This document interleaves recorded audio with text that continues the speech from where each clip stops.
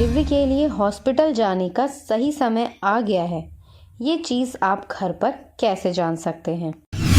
Delivery होने से पहले हर एक महिला को ये 5 लक्षण ज़रूर दिखाई देते हैं। 9 महीने के इंतज़ार के बाद नन्हा मेहमान घर आने वाला है, इस बात की खुशी, साथ ही इस बात का हल्का सा एक डर भी होता है कि डिलीवरी कैसी होगी, डिलीवरी कब होगी। तो एक महिला बहुत सा डरी हुई भी होती है, घबराई हुई भी होती है और साथ ही उन्हें एक खुशी भी होती है अपने बच्चे से मिलने की। तो आइए अपनी वीडियो को हम फटाफट से शुरू करते हैं। नंबर 1, बच्चे की हेड डाउन पोजीशन। बच्चे की हेड डाउन पोजीशन डिलीवरी के लिए सबसे ज़्यादा ज़रूरी होती है। जब बच्चा हेड डाउन पोजीशन ले लेता है तो उसके बाद डिलीवरी बहुत ही जल्द और बहुत ही आसानी से हो जाती है और ये नॉर्मल डिलीवरी के लिए बहुत ज़रूरी भी होता है। पर कई बार बच्चा हेड डाउन पोजीशन नहीं ले पाता, बच्चा जो है वो उल्टा होता है। मगर इसके अलावा भी कुछ ऐसे लक्षण होते हैं जो डिलीवरी से पहले दिखाई देते हैं। अगर आपका बच्चा हेड डाउन पोजीशन नहीं ले रहा तो ये चीज़ आपको डॉक्टर 9वें महीने में अल्ट्रासाउंड की हेल्प से बता देते हैं कि आपको अब आगे क्या करना है। इसीलिए डॉक्टर के साथ लगातार कांटेक्ट में रहना बहुत ज़रूरी होता है। आप चाहें तो 9वां महीना शुरू होने के बाद हर हफ्ते अपने डॉक्टर के पास जा सकते हैं या अपने डॉक्टर से कंटिन्यू बात कर सकते हैं जब भी आपको कोई परेशानी दिखे या कोई बदलाव लगे। नंबर 2, वाई डिस्चार्ज होना। क्या आप जानते हैं जैसे ही डिलीवरी का समय पास आने वाला होता है तो हमें वाई डिस्चार्ज होने लगता है। हो सकता है वाई डिस्चार्ज की जगह आपको लिक्विड आए, यानी कि आपका यूरिन पास हो, आपको ऐसा लगे कि जो आपकी पानी की थैली है वो फटने लगी है। तो हो सकता है आपको वाटर डिस्चार्ज हो जाए या आपको वाइट डिस्चार्ज हो। और कई बार बहुत सारी महिलाओं को हल्की सी ब्लीडिंग भी दिखाई देती है। जो वाइट डिस्चार्ज है वो हल्का सा रेड या हल्का सा पिंक या हल्का सा ब्राउन भी दिखता है। तो अगर आपको ऐसा लग रहा है कि आपको वाटर डिस्चार्ज हो रहा है या वाइट डिस्चार्ज हो रहा है तो ये भी एक लक्षण होता है डिलीवरी से पहले का। नंबर 3, कमर में दर्द होना। अगर आपके कमर में बहुत अधिक दर्द रह रहा है, कभी हल्का होता है, कभी तेज़ हो जा रहा है और बार बार आपको कमर में बहुत दर्द हो रहा है, आपको खड़े होने में दिक्कत हो रही है, आपको चलने में दिक्कत हो रही है, तो भी जो ये लक्षण होता है ये डिलीवरी से होने से पहले का लक्षण होता है। तो हो सकता है इस कमर दर्द के साथ आपका जो दर्द है वो पेट की तरफ आए और पेट कड़क हो जाए। अगर ऐसा होता है कि कमर में दर्द हो रहा है और पेट में जाके पेट में पहुंच जा रहा है और पेट कड़क हो जा रहा है तो ये लेबर पेन का लक्षण होता है। लेबर पेन भी 2 टाइप के होते हैं, एक असली एक नकली। अगर ये लेबर पेन आपको हल्का हो रहा है कि थोड़ी देर में हुआ, 5 मिनट बाद हो रहा है या 10 मिनट बाद हो रहा है, तो ये हल्के हल्के हो रहा है तो ये फॉल्स लेबर पेन होता है, यानी कि नकली। अगर ये लेबर पेन बहुत तेज़ हो रहा है, बार बार कमर में बहुत अधिक दर्द हो रहा है, आपको 1 मिनट में 2 बार 3 बार या हो सकता है आपको बार बार हो रहा है, जो दर्द भी है बहुत तेज़ होता है, तो आपको समझना चाहिए कि असली लेबर पेन है।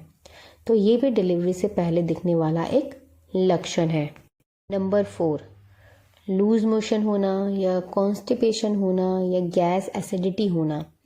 अगर आपको ऐसी चीज़ें हो रही हैं और हो सकता है आपको आपच हो जा रहा हो या आपको कब्ज़ सी महसूस हो रही, खट्टी डकारें आ रही हों, तो ये भी डिलीवरी से पहले दिखने वाला एक लक्षण है। अक्सर महिलाओं को डिलीवरी से पहले कॉन्स्टिपेशन की प्रॉब्लम ज़्यादा हो जाती है, खट्टी डकारें आती हैं या लूज मोशन हो जाता है या एसिडिटी या गैस की प्रॉब्लम हो जाती है, तो ये भी डिलीवरी से पहले होने वाला एक लक्षण होता है। नंबर 5, सांस लेने में तकलीफ होना। क्या आप जानते हैं डिलीवरी का समय जब पास आने वाला होता है तो हमें सांस लेने में परेशानी होती है, बहुत भारी लगती है हमें सांसें और हमारा जो घबराहट होती है वो बढ़ जाती है, बेचैनी जैसी बढ़ जाती है। अगर आपको ऐसा कुछ फील होता है तो ये भी डिलीवरी से पहले दिखने वाला एक लक्षण होता है। क्या आप जानते हैं एक महिला को ये लक्षण जब दिखाई देते हैं तो उन्हें कभी भी देरी नहीं करनी चाहिए, उन्हें तुरंत डॉक्टर के पास जाना चाहिए, डॉक्टर से बात करनी चाहिए।